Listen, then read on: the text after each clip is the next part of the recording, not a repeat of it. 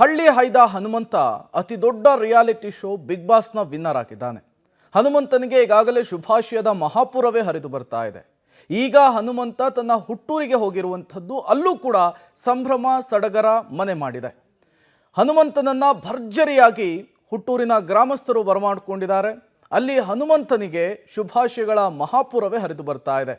ಹಾಗಾದರೆ ಹುಟ್ಟೂರಿನಲ್ಲಿ ಹನುಮಂತನಿಗೆ ಯಾವ ರೀತಿಯ ವೆಲ್ಕಮ್ ಮಾಡಿಕೊಳ್ಳಲಾಯಿತು, ಜೊತೆಗೆ ಹನುಮಂತ ಹುಟ್ಟೂರಿಗೆ ಹೋದ ನಂತರ ಕಪ್ಪನ ಜೊತೆಗೆ ಹುಟ್ಟೂರಿಗೆ ಹೋದ ನಂತರ ಏನೆಲ್ಲ ಆಯಿತು ಅನ್ನೋದ್ರ ಬಗ್ಗೆ ನೋಡ್ತಾ ಹೋಗೋಣ. ಬಿಗ್ ಬಾಸ್ ಅನ್ನ ಗೆದ್ದ ಬಳಿಕ ಊರಿಗೆ ಬಂದಿದ್ದಾನೆ ಹನುಮಂತ. ಹನುಮಂತನಿಗೆ ಸ್ನೇಹಿತರಿಂದ ಶುಭಾಶಯಗಳ ಸುರಿಮಳೆಯೇ ಸುರಿತಾ ಇದೆ. ಪಬ್ಲಿಕ್ ಟಿವಿಯ ಜೊತೆಗೆ ಹನುಮಂತ ಬಿಂದಾಸ್ ಆಗಿ ಮಾತುಕತೆ ಆಡಿದಾನೆ. ಬಿಗ್ ಬಾಸ್ಗೆ 3 ವರ್ಷದ ಹಿಂದೆ ಆಫರ್ ಬಂದಿತ್ತು. ಸುದೀಪ್ ಸರ್ ಕೊನೆ ಶೋ ಹೋಗು ಅಂತ ಹೇಳಿ ಸ್ನೇಹಿತರು ಹೇಳಿದ್ರು. ಕರುನಾಡಿನ ಜನರ 5 ಕೋಟಿ ವೋಟಿಂಗ್ ಅನ್ನ ನೋಡಿ ಬೆಚ್ಚಿ ಬಿದ್ದೆ. ಪಬ್ಲಿಕ್ ಟಿವಿಯ ಜೊತೆಗೆ ಹನುಮಂತ ಮತ್ತೊಮ್ಮೆ ಬಿಂದಾಸ್ ಆಗಿ ಮಾತನಾಡಿರುವಂಥದ್ದು.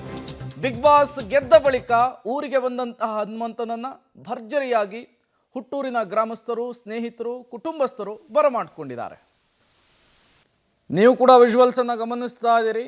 ಹಾವೇರಿ ಜಿಲ್ಲೆಯ ಚಿಲ್ಲೂರು ಬಡ್ನಿ ಹನುಮಂತನ ಹುಟ್ಟೂರು. ಅಲ್ಲಿಗೆ ಇವತ್ತು ಹನುಮಂತ ಬಿಗ್ ಬಾಸ್ ಕಪ್ನ ಜೊತೆಗೆ ಬಂದಿದ್ದಾನೆ. ಆತ ಬರುವಂತಹ ಸಂದರ್ಭದಲ್ಲಿ ಇಡೀ ಊರಿಗೇನೆ ಸಂಭ್ರಮ ಸಡಗರ ಮನೆ ಮಾಡಿತ್ತು.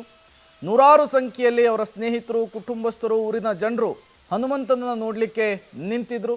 ನಿಂತಹ ಜನರತ್ತ ಕೈ ಬೀಸ್ತಾ ವಾಹನದಲ್ಲಿ ಹನುಮಂತ ತೆರಳ್ತಾ ಇರುವಂತಹ ವಿಜುವಲ್ಸನ್ನು ನೀವು ಗಮನಿಸ್ತಾ ಇದ್ದೀರಿ. 118 ದಿನಗಳ ಕಾಲ ಬಿಗ್ ಬಾಸ್ ಮನೆಯಲ್ಲಿ ಇದ್ದು ಘಟಾನುಘಟಿಗಳನ್ನು ಸೋಲಿಸಿ ಕಿಚ್ಚ ಸುದೀಪ್ ಅವರ ಕೈಯಿಂದ ಕಪ್ಪನ್ನು ಪಡೆದ ಬಳಿಕ 50 ಲಕ್ಷ ಬಹುಮಾನವನ್ನು ಪಡೆದ ಬಳಿಕ ಮೊಟ್ಟ ಮೊದಲ ಬಾರಿಗೆ ತಮ್ಮ ಹುಟ್ಟೂರಿಗೆ ಹನುಮಂತ ಹೋಗಿರುವಂಥದ್ದು.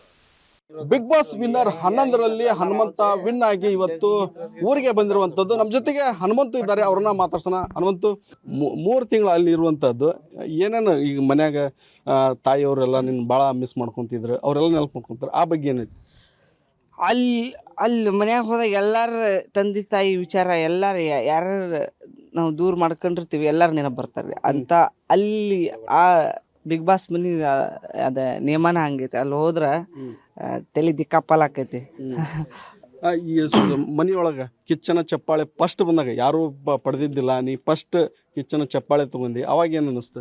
ಚಪ್ಪಾಳಿಗೆ ಕೊಡೋದು ಸಾಮಾನ್ಯ ಅಲ್ರಿ, ಅದನ್ನ ಪಡಿಬೇಕಾದ್ರು ಪುಣ್ಯ ಮಾಡಿರ್ಬೇಕ. ಅಂತ ಪುಣ್ಯ ನನಗೆ 1ನೇ ವಾರಕ್ಕೆ ಸಿಕ್ತ. ಭಾರಿ ಖುಷಿ ಆಯ್ತು. ಸುದೀಪ್ ಸರ್ಗೆ ಥ್ಯಾಂಕ್ ಯು ಸರ್, ಧನ್ಯವಾದಗಳು. ನಿಮ್ಮ ಹನುಮಂತ ತಂದೆ ತಾಯಿಯವರು ರೊಟ್ಟಿ ಬುತ್ತಿ ಕಡೆ ಇದ್ರು, ಆ ಒಂದು ವಾತಾವರಣ ಅಂದ್ರೆ ಈಗ ನಾವೆಲ್ಲ ರೊಟ್ಟಿ ತಿನ್ಕೊಂತ ಇದ್ದವ್ರು, ಮೊಮ್ಮಕ್ಳೇ ರೊಟ್ಟಿ ಬುತ್ತಿ ಅವೆಲ್ಲ ಬಂದಾಗ ಯಾವ ರೀತಿ ಕ್ಷಣ ಆಗಿತ್ತು? ಅದ ರೊಟ್ಟಿ ನಾನು ತಿನ್ಲಾರ್ದು ಭಾಳ ದಿನ ಆಗಿತ್ರಿ. ಅಂತದ್ರಾಗ ನಮ್ಮ ಅಪ್ಪ ಅವ್ವ ಬಂದಿದ್ದ ರೊಟ್ಟಿ ಕಟ್ಕೊಂಬಂದ್ರೆ ಎಲ್ಲ ನಮ್ಮ ಬಿಗ್ ಬಾಸ್ ಮನಿ ಎಲ್ಲ ಯಾರ್ಯಾರಿದ್ವಿ ಎಲ್ಲಾರು ಕುಂತು ತಿಂದ್ರೆ ಭಾರಿ ಖುಷಿ ಅದ. ನಮ್ಮ ಶೇಂಗಾ ಹಿಂಡಿ ಚಟ್ನಿ ಪಟ್ನಿ ಕಟ್ಕೊಂಡ್ ಅವರೆಲ್ಲ ತಿಂದು ಭಾರಿ ಖುಷಿ ಅದ. 5 ಕೋಟಿ 20 ಲಕ್ಷ ಓಟ್ ಬಂದಿರುವಂತದ್ದು ನಿರೀಕ್ಷೆ ಮಾಡಿದ್ರ?